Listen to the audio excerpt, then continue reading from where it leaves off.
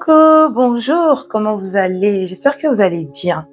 J'espère que ça va bien avec votre âme, avec votre esprit, avec votre corps, avec votre être, que ça va, que vous êtes en harmonie avec vous-même.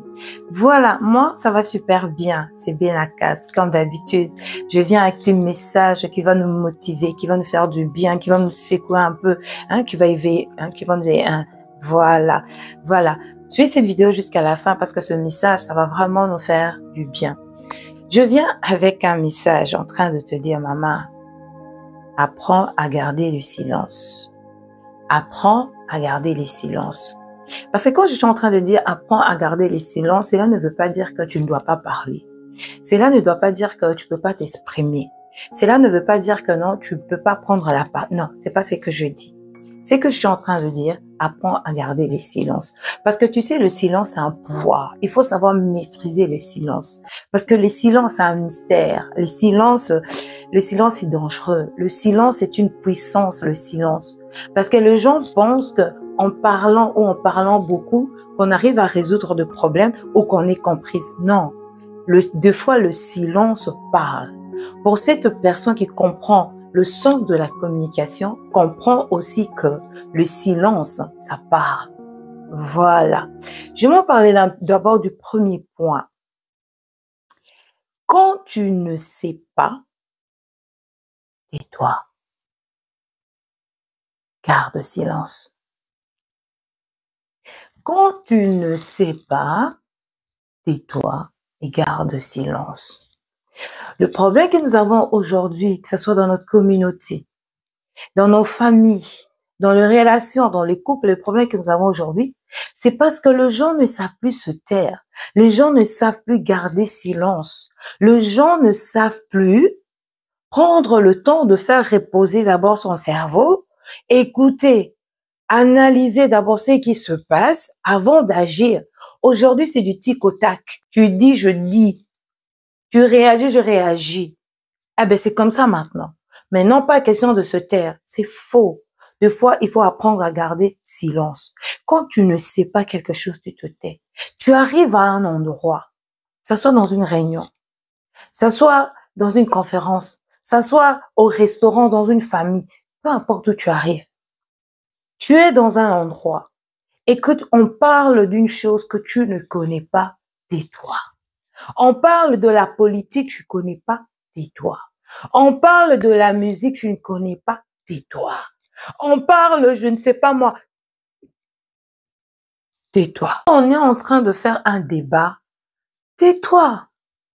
Ce n'est pas parce que tu te tais, tu es bête. Des fois, le silence aussi, le silence, le fait de ne pas parler, paraît aussi que tu crées un mystère parce que les gens ne savent pas qu'est-ce que tu penses, qu'est-ce que tu réfléchis. Vaut mieux encore les gens s'arrêtent à ça que quand tu ouvres ta bouche, que les gens disent, ah, il devait se taire. Il devait se taire. Il a fait il devait se taire. Mais c'est quoi ça? Quel raisonnement? Quand tu ne sais pas, tais-toi. Des fois aussi, ça se peut que tu sais, que tu connais. Mais le fait de te taire te permet, toi, à écouter l'idée, la pensée de toutes les personnes qui sont là. Et qu'au moment que toi, tu vas ouvrir ta bouche pour devoir parler, tu vas mettre du lourd. Tu vas parler du lourd. Et les gens, qu'est-ce qu'ils vont dire? Ah non, non, non, continue encore, continue encore. Parce qu'ils savent que tu as un bagage. Parce qu'ils savent que tu connais la matière. Mais quand tu ne sais pas, tais-toi. Ce n'est pas parce que tu es tout le temps en train de parler, cela veut dire que tu connais. Non, non. Quand tu ne sais pas, tu te tais. Deuxième point. Quand une personne vient se confier à toi, apprends à te taire. Quand une personne vient se confier à toi, apprends à te taire. N'est pas rajouter, n'est pas déformer. Écoute. L'erreur que nous commettons souvent, c'est que quand une personne vient se confier, nous ne prenons pas le temps de prêter notre oreille, d'avoir cette écoute active pour écouter ce que la personne vient nous dire. Mais ce que nous faisons, c'est quoi? C'est que quand cette personne parle, toi, tu rajoutes. C'est vrai. Tu sais, d'ailleurs, tu devais lui faire ça. Mais pourquoi même tu l'as même pas fait? Moi, j'allais les trangler, je les trangle, je les vois. Mais pourquoi toi, t'as pas réagi? Toi, là, vraiment, hein, on va te monter sur... Non! Quand quelqu'un vient se confier, apprends à garder silence, à te taire. Ça te grandit, ça te rend sage. Tu te tais, tu écoutes la personne. Tu écoutes la version de la personne. Et en ce moment-là, après avoir écouté, par exemple, une personne vient se confier qui a des problèmes amoureux, tout ce que tu veux, sentimental, et qui vient vers toi, tu l'écoutes parce qu'il a juste besoin de parler. Il a juste besoin de parler. Tu le laisses vider son sac. Et après, tu peux le réconforter. Lui dire, ça va aller. T'inquiète, ça va passer. La vie, tu trouves de mots à pouvoir les réconforter. Mais quand quelqu'un vient se confier, problème sentimental, comme toi aussi tu es un blessé de guerre, comme toi aussi on t'a abandonné, comme toi aussi tu es célibataire, comme toi aussi tu es à la recherche, donc tout ce que toi tu trouves, c'est des rajoutés. Ah oui, mais comment il t'a laissé? Il peut pas faire comme ça. Mais les hommes, hein, les femmes, hein, je ne comprends pas. Hein. Non, apprends à garder silence. Quand quelqu'un vient se confier à toi, tu l'écoutes, tu prêtes ton oreille active, tu l'écoutes, tu le donnes, tu le motives avec quelques mots et tu apprends à garder silence. Ce silence ne se limite pas seulement à écouter cette personne. Ce silence aussi, va aussi jusqu'à la discrétion. C'est pas parce que quelqu'un est venu se confier à toi que tu dois devoir dire à tout le monde. Que tout le village, le quartier, la famille, les gens, les amis doivent être au courant de ce que tu as dit. Tu dois apprendre à pouvoir fermer ta bouche. Ça va t'aider. Ça va t'aider. Troisième point. Quand les gens sont contre toi, quand tu vis un moment difficile où il y a un scandale ou quand, par exemple, voilà, tu es divorcé, je ne sais pas. Mais quand les gens sont contre toi, ne cherche pas à te justifier. Ne cherche pas à te justifier. Parce que quand tu cherches à te justifier, tes paroles n'auront pas un pouvoir. Parce que c'est tout le monde qui parle. Et dans le bruit, on a du mal à s'entendre, à se comprendre. Ce que tu dois faire, c'est de garder silence. De laisser le temps. Le temps est le meilleur. Non, le temps est le meilleur facteur. Le temps te dit, le temps remet chaque chose à sa place.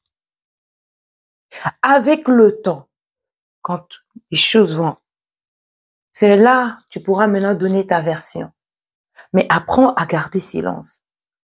Quand il y a un conflit dans un couple où tu sais que c'est cette personne qui est la fautive, apprends à garder silence.